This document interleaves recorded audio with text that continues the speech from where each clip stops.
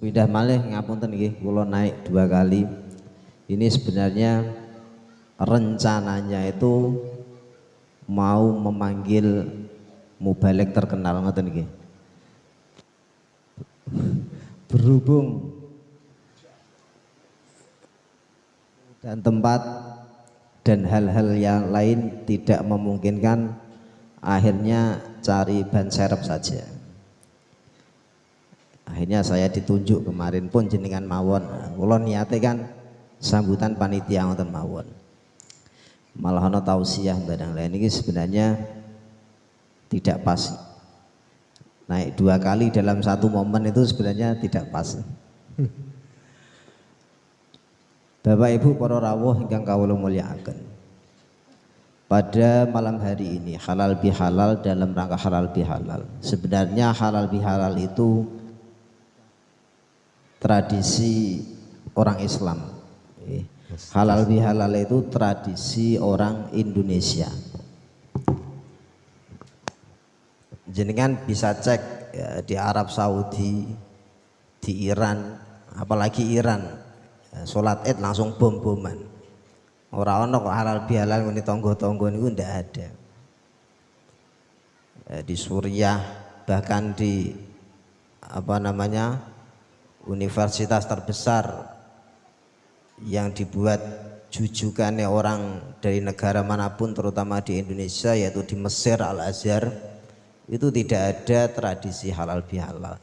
Jadi kita patut bersyukur menjadi warga Indonesia yang ada tradisi halal bihalal. Jadi satu tetangga ke tempat yang lain itu merupakan tradisi Indonesia dan harus kita lestarikan dan harus kita syukuri. Kenapa kok ada halal bihalal? Karena sejatinya manusia itu adalah tempatnya salah. Manusia itu tempatnya salah. Seperti yang dijelaskan Pak Adi Kolowau panjang lebar tadi, itu memang benar semua.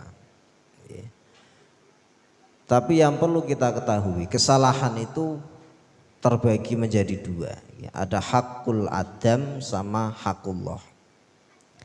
Hakul adam itu adalah kesalahan kita kepada sesama manusia, kepada sesama.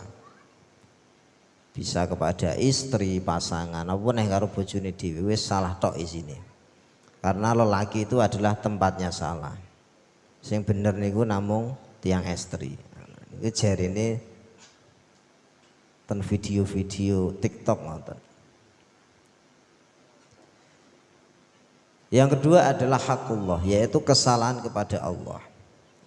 Kalau kita punya salah kepada Allah itu gampang, gampang di ngapura karo Gusti Allah. Karena Allah itu adalah zat Ghafurur Rahim, yang paling maha mengampuni itu Gusti Allah. Kita punya kesalahan sebesar gunung, punya kesalahan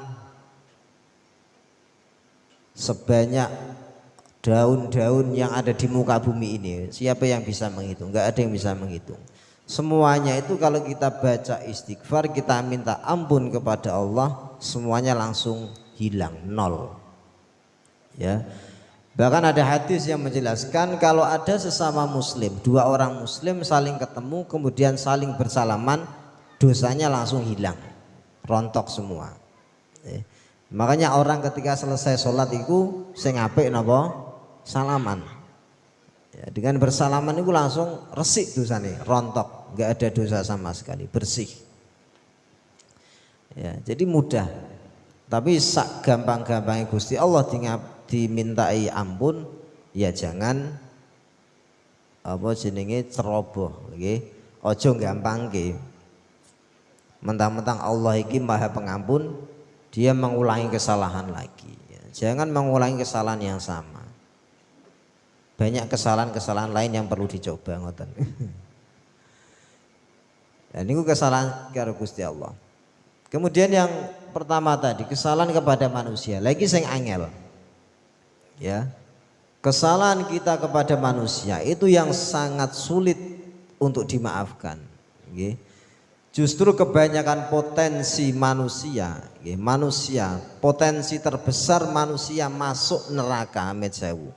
potensi terbesar manusia masuk neraka itu karena kesalahannya kepada sesama manusia, bukan karena Allah. Ya. Coba kita bayangkan, misalnya orang itu hidup selama 100 tahun. Ya. Selama 99 tahun dia maksiat. Dia belum masuk Islam misalnya. Sehingga 1 hari atau 1 jam atau 1 menit ajalnya mau dijemput oleh Allah, dia masuk Islam, dia bertobat, dosanya hilang. Itu enak sama Allah. Tapi kalau sesama manusia, kalau kesalahan kita tidak diampuni, tidak dimaafkan, ya digowo sampai akhirat. Makanya ini hati-hati, digowo sampai akhirat. Ya, nanti di akhirat dipanggil. Ya, wong sing asale amalnya bagus mau masuk surga, kemudian ada tetangganya komplain, oh Pak iki kok masuk surga padahal dia urung tak ngapura. Nah, disidang meneh. Apa kesalahannya? Dia nyolong pitikku, nah, misalnya, ya, atau dia menghina saya, dia pokoknya menyakiti hatinya. Akhirnya ditimbang, yo. Lah nanti kalau kesalahannya itu lebih berat daripada kebaikannya, akhirnya ora iso mlebu swarga, masuk neraka. Nah itulah pentingnya kita bersilaturahim. Ya, pentingnya kita meminta maaf kepada sesama tonggo-tonggone dewi yang sering berhubungan dengan kita. Ya yang pertama kali yo bojone dewi, wong sering kumpul nggih, turu wae bareng. Kemudian orang tua kalau masih punya orang tua, kemudian anak-anak kita, kemudian pada tetangga-tetangga. Ya, itu penting silaturahim pergi. Rasulullah juga bersabda, man arada ayyubsata lahu fi rizqihi wa yunsha'alahu fi atharihi falyasil rahimah. Barang siapa yang ingin diluaskan rizkinya, dipanjangkan umurnya, maka bersilaturahim. Ini yang bisa mempraktekkan langsung itu anak-anak. Ya, apa meneh pas lebaran. Anak-anak silaturahim ke tempat budinya, itu dia langsung mendapatkan rizki. Ya, bahkan rizkinya itu dilipat gandakan pada hari raya itu. Ya. Mungkin ibu-ibu sudah tahu berapa nominal anak-anak jenengan yang sudah menerima rizki itu langsung. Ya. Jadi silaturahim itu langsung diijabah karo Gusti Allah dengan adanya angpau niku mau, THR niku mau. Jadi memang benar silaturahim itu meluaskan rizki. Ya.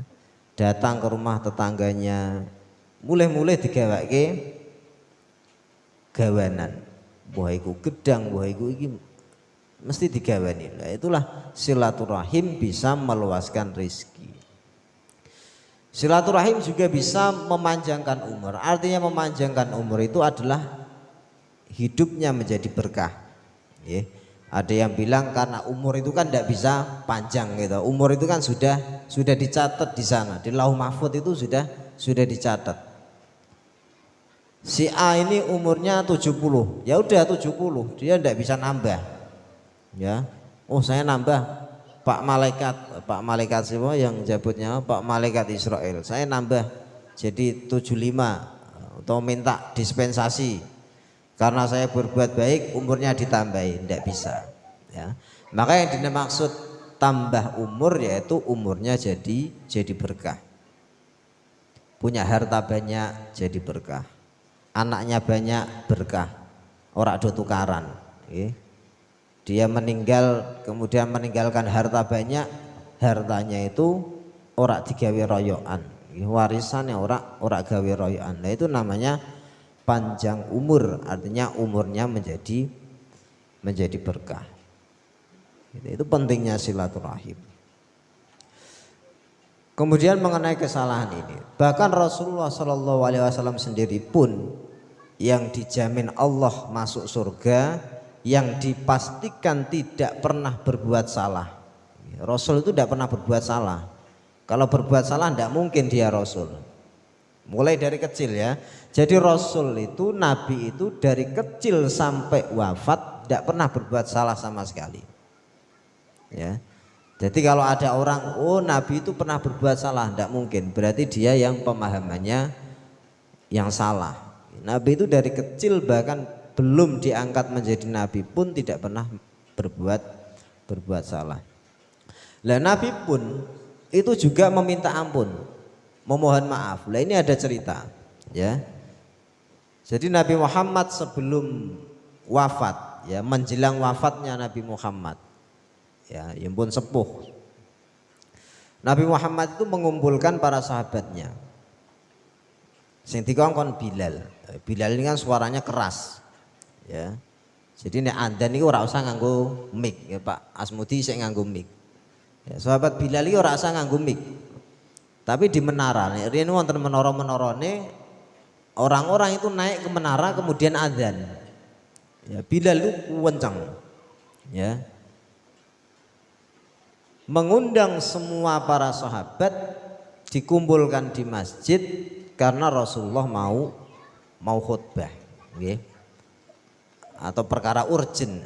Akhirnya sahabat semuanya didatangkan, okay. Sahabat didatangkan kemudian Rasulullah ini khutbah, okay, berbicara kepada semua sahabat. Sahabat ditanya, "Hai para sahabat, apakah saya pernah punya salah kepada kalian?" Semuanya diam. Oh, Nabi mesti rak salah gitu. Kemudian diulangi lagi, apakah saya pernah punya salah? Semuanya tetap diam. Diulangi lagi sampai ketiga, apakah saya pernah salah kepada kalian? Akhirnya ono satu sahabat sing ngadeg, jenenge sahabat Ukasah, gitu.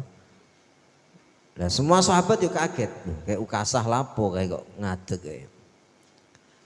Akhirnya sahabat Ukasah ini bilang kepada Nabi, ya Rasulullah, sebenarnya saya itu tidak mau berdiri, tapi karena jenengan niki wis mengulang sampai 3 kali sehingga saya beranikan berdiri. Nah, terus piye Ukasah? Saya itu dulu pernah jenengan pukul, ya. Wetenge kula iku ajeng jenengan wetenge kula iku jenengan pukul. Soalnya waktu kuwi kula pengen ngambung awake jenengan, tapi mbah jenengan sengaja apa ora pecute jenengan niku ngenangi kula, ngenangi wetenge kula. Nah terus piye maksudmu? Nggih, kula ya pengene bales. Ya jadi pengene iku Ukasah iku bales apa yang pernah dibuat Kanjeng Nabi. Ya, jadi waktu itu Kanjeng Nabi ku mau nyabet kudanya. Ya, mau nyabet kudanya sehingga ora sengaja kena Ukasah. Ya, lah iku pengen balas Ukasah. Akhirnya Nabi berkata kepada Ukasah, ya wis rene. Ya. Endi bagian mana yang ingin kamu pukul? Perut Kanjeng Nabi. Oh ya wis perut, ya. Lah dulu jenengan mukul saya itu pakai pecut, ya pecut gawe kuda itu. Nah, saya pengen pecut. Nah, akhirnya pecutnya Kanjeng Nabi seneng ngene omah kon jupuk Bilal. Akhirnya diambil dikasihkan kepada Ukasah tadi. Dikasihkan kepada Ukasah, mau dipecutkan Kanjeng Nabi di perutnya yang sudah dibuka. Ya jadi ketok. Napa ini perutnya Kanjeng Nabi niku wau. Lah ajeng dipecutke akhirnya sahabat Ukasah iku mau malah ngerangkul Kanjeng Nabi, wetenge Kanjeng Nabi dicucuk. Ya, akhirnya semuanya iki nangis ya karena itu ternyata adalah triknya Ukasah ya. Jadi sapa sing pengen mukul Kanjeng Nabi itu adalah triknya Ukasah supaya Ukasah ini ingin menempelkan tubuhnya kepada tubuh Nabi. Akhirnya dawai Kanjeng Nabi Ukasah ini adalah ahli surga. Jadi Ukasah ini adalah di antara orang-orang yang masuk surga bi ghairi hisab, tanpa hisab. Ya muga-muga kula panjenengan niki nggih kados Ukasah menika masuk surga tanpa hisab, nggih.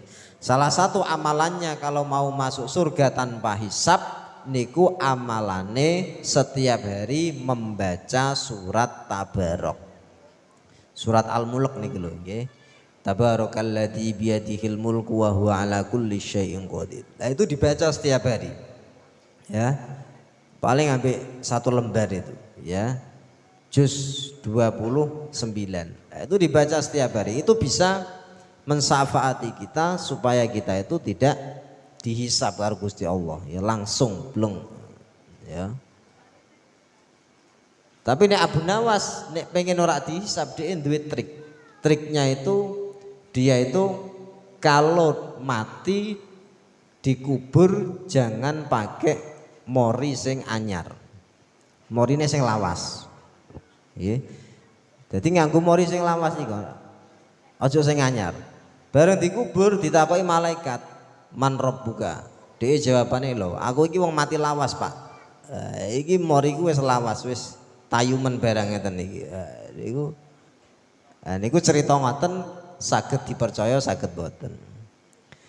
Lah nek Gus Dur ngongkone nganggo ora nganggo kain, tapi nganggo godhong gedang. Ono mati dibungkus nganggo godhong gedang. Ngono ditakoki malaikat, "Man rabbuka?" Jawabane, "Kula niki lontong." Jadi wonten ae nggih. Lah niku ya bisa dipraktekkan. Ana neh jenenge kiai. Nek ditakoki "Man rabbuka?" jawabane, "Kula santri NU." Ngoten langsung hobi hisab. Lha niki nggih macam-macam. Saged percaya, saged boten nggih. Tapi pada intinya dari cerita tadi ya, Nabi Muhammad saja yang sudah maksum, yang sudah pasti masuk surga, mau meminta maaf kepada orang lain, apalagi kita, apalagi kita yang berlumur dosa ini. Ya. Tapi memang manusia itu punya nafsu, yang mana nafsunya itu berpotensi kita untuk masuk neraka itu sudah pasti. Ya, karena hati itu diciptakan bertolak belakang dengan napa jenenge dengan perbuatan baik. Manusia itu hatinya itu bertolak belakang. Pingine iku sing enak-enak, pingine sing elek-elek, iku ati. Kalau hati kok ingin berbuat baik, pasti ada sesuatu. Ya. Kalau hati itu ingin berbuat baik, pasti ada sesuatu yang lain yang cara ini ada udang di balik batu. Itu tidak mungkin. Makanya kita itu disuruh untuk bisa melawan hawa nafsu, ya, karena hawa nafsu itu yang merusak kita, ya, yang merusak kita, menjerumuskan kita masuk neraka. Ya. Nah, maka dari itu kita sebagai orang tua, ya, anak-anak kita, ya, generasi penerus kita, ini dikongkon ngaji, ya, biar bisa, karena bagaimanapun anak-anak kita itu adalah apa istilah investasi kita, ya, anak-anak kita itu investasi kita. Padahal kita punya duit, misalnya sekarang uang kita 1 juta, zaman 2 tahun yang lalu atau 3 tahun yang lalu, duit 1 juta bisa buat beli emas. 3 tahun kemudian saat ini regane 3 juta, nah, itu kan investasi. Lah anak-anak kita juga kalau kita didik yang baik, dia akan mau mendoakan kita. Seperti yang Rasulullah SAW sabdakan, idza mata ibnul adam in qata'a amaluhu illa min salasin, shadaqatin jariyatin au ilmin yuntafa'u bihi au waladin sholihin yad'ulah. Ketika ketika manusia itu mati, nanti semua amalnya terputus kecuali 3 perkara, yaitu sedekah jariyah, ilmu yang bermanfaat, dan anak yang soleh. Anak yang soleh.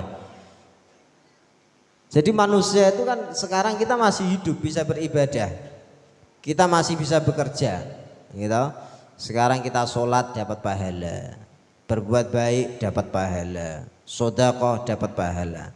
Ketika mati sudah bagi bisa ngapa-ngapain, mau cari pahala di mana lagi? Nah, maka ada 3 opsi tadi yang bisa menjadikan pahala kita terus menerus, yaitu sedekah jariyah yang pertama. Sedekah jariyah itu wakaf, ya. Ya dimaksud sedekah jariyah itu wakaf. Wakaf itu tidak harus tanah, ya. Wakaf sajadah misalnya taruh masjid, wakaf Quran taruh masjid, atau wakaf apa misalnya jalan umum ini, ya. Jenengan punya tanah diwakafkan untuk jalan umum, lah itu juga menjadi pahala yang terus mengalir kepada diri kita. Atau jenengan buat fasum misalnya lapangan olahraga atau apa, jenengan wakafkan, lah itu menjadikan apa namanya pahalanya terus mengalir meskipun kita itu sudah mati, ya. Jadi sudah mati di apa jenenge sudah mati di alam kubur, tapi pahalanya terus mengalir karena sedekah jariyah tadi. Kemudian yang kedua adalah ilmu yang bermanfaat, ya, kita mengajarkan kepada orang lain, ya, makanya kita punya anak itu nek iso anak itu sing ngajari ya wong tuane, jangan sepenuhnya diberikan kepada sekolah atau guru ngajinya, enggak, ya. Sebenarnya yang bertanggung jawab pendidikan anak itu adalah orang tuanya sendiri, diajari ngaji alif ba ta, ya. Kalau enggak ada yang mengajari, ya carikan sekolahan, ya. Kalau bisa anak-anak bar maghrib kudune ngaji, ngoten iki, ngaji Quran, ya. Kalau di sini belum ada yang ngajari, di tempat saya itu bar maghrib bisa ditaruh sana bar maghrib ngaji, ya. Karena apa? Anak-anak yang mengaji ini tadi yang akan menjadi investasi kita, ya. Selalu mendoakan kita. Saya jarang ya, anak-anak itu mau mendoakan orang tua itu jarang. Bahkan orang ngerti carane. Paling ngerti ini satu tahun satu kali. Waya pendak khole tok. Ngono wae tanggalan umum. Oh bapakku meninggal tanggal 11 April. Saya sok di kholi tanggal 11 April. Elingnya setahun tok, setahun sekali. Atau bahkan seminggu sekali. Ya, ini biasanya wong desa setiap Jumat atau setiap Kamis pergi nyang kuburan. Selain itu orang ingat. Tapi alhamdulillah saya, ya. Jadi orang tua saya itu sudah meninggal semua, bapak ibu itu sudah meninggal semua. Nah ini tahatus bin nikmah. Saya itu tidak lepas setiap hari selalu mendoakan orang tua saya. Selalu kirim Fatihah kepada orang tua saya. Paling tidak 5 kali. Ya, karena saya itu mendoakan sehabis sholat, ya, paling tidak 5 kali, ya. Nah ini menunjukkan apa? Bukti bahwasannya anak itu adalah investasi orang tua, ya. Nek anak iku iso ngaji, nek anak iku eling wong tuane, lah orang tuanya itu di sana dikirim terus, ya, dikirim terus karena kesolehan anak tadi, ya, karena anak itu adalah investasi. Makanya saya mengajak bapak ibu sedanten anak-anaknya dikon ngaji, ya, paling tidak diajari oleh orang tuanya sendiri, karena itu penting sekali. Para rawuh sedanten, karena acara intinya itu adalah makan-makan, gitu. Jadi maka saya tidak bisa panjang lebar, gitu. Karena ini hanya apa namanya selingan mawon, dan semuanya itu sudah dipaparkan oleh Pak Prapto, Pak Adi itu sudah sangat betul sekali, ya, mengenai tentang silaturahim, mengenai tentang maaf memaafkan, ya. Tinggal atine awake dhewe niki, ya, yang bisa menerima kesalahan, menerima permohonan maaf dari orang lain. Kadang wong iki orang duwe untuk memaafkan orang lain itu sulit kadang. Jaluk ngapura yo angel, menerima permintaan maaf yo angel. Karena apa? Hatinya sudah keras. Loh, caranya melunakkan hati ya tadi, ya. Punya anak yang selalu mendoakan orang tua, kemudian ibadahnya ditekuni, ya. Kemudian Bapak Ibu ingkang kawula mulyakaken, selanjutnya monggo mari kita itu dengan tetangga itu yang baik. Ya, seperti yang saya sampaikan, karena potensi terbesar manusia masuk neraka itu karena hubungan yang kurang baik dengan tetangganya. Kadang orang itu ini hubungan dengan tetangga itu hukumnya wajib. Ya, sedekah itu sunnah. Kadang orang itu sedekah ini ngendi-ngendi berapa juta, bahkan ratusan juta, bahkan bangun masjid, ya, bangun jalan atau apapun. Tapi dengan tetangga sendiri dia omongannya jelek misalnya. Nah, itu tidak baik. Iku jenenge cara wong Jawa iku golek gudel kelangan kebu. Nah, ngerti gudel mboten anak-anak? Jadi nyari golek gudel iki anak kebu, nggih. Golek gudel tapi kelangan pedet. Nyari kesunahan tapi kewajibannya ditinggalkan. Nah, ini tidak seperti itu cara mainnya, ya. Justru yang wajib-wajib itu kita lakukan dulu, yang sunah-sunah belakangan tidak apa-apa. Yang wajib itu apa? Ya sholat niku sama berhubungan baik dengan tetangga. Cara ini horizontal dan vertikal, ya. Hablum minallah, hablum minan nas. Dengan Allah kita baik, dengan manusia kita baik. Itu sampai ibadahnya tekun, wah sholatnya ora tau pedot, posone terus, sedekah akeh. Tapi nek karo tanggane wah mulutnya itu tajam, mulutnya beracun. Wah, ini ya, sangat tidak bagus sekali. Ya, jadi harus dengan tetangga itu harus baik. Ya, mungkin hanya itu saja yang bisa saya sampaikan. Kurang lebihnya saya mohon maaf. Monggo sebelum saya tutup, mari kita berdoa supaya warga kita, RT kita, terutama RT 3 RW 4 dan tetangga-tetangga kita diberikan kerukunan oleh Allah Subhanahu wa taala, lingkungannya aman, tentram. Kayak kalau ada masalah sedikit segera terselesaikan dan tidak ada yang saling dendam. Al-Fatihah. A'udzubillahi minasyaitonirrajim. Bismillahirrahmanirrahim. Alhamdulillahirabbil alamin arrahmanirrahim maliki yaumiddin. Iyyaka na'budu wa iyyaka nasta'in ihdinas siratal mustaqim siratal ladzina an'amta 'alaihim ghairil maghdubi 'alaihim waladdallin amin. Bismillahirrahmanirrahim. Alhamdulillahirabbil alamin hamdan yuwafi ni'amahu wa yukafi mazidah. Ya rabbana lakal hamdu kama yanbaghi li jalalika wa 'azimi sultanik. Allahumma shalli wa sallim ala sayyidina Muhammad wa ala ali sayyidina Muhammad walhamdulillahirabbil alamin.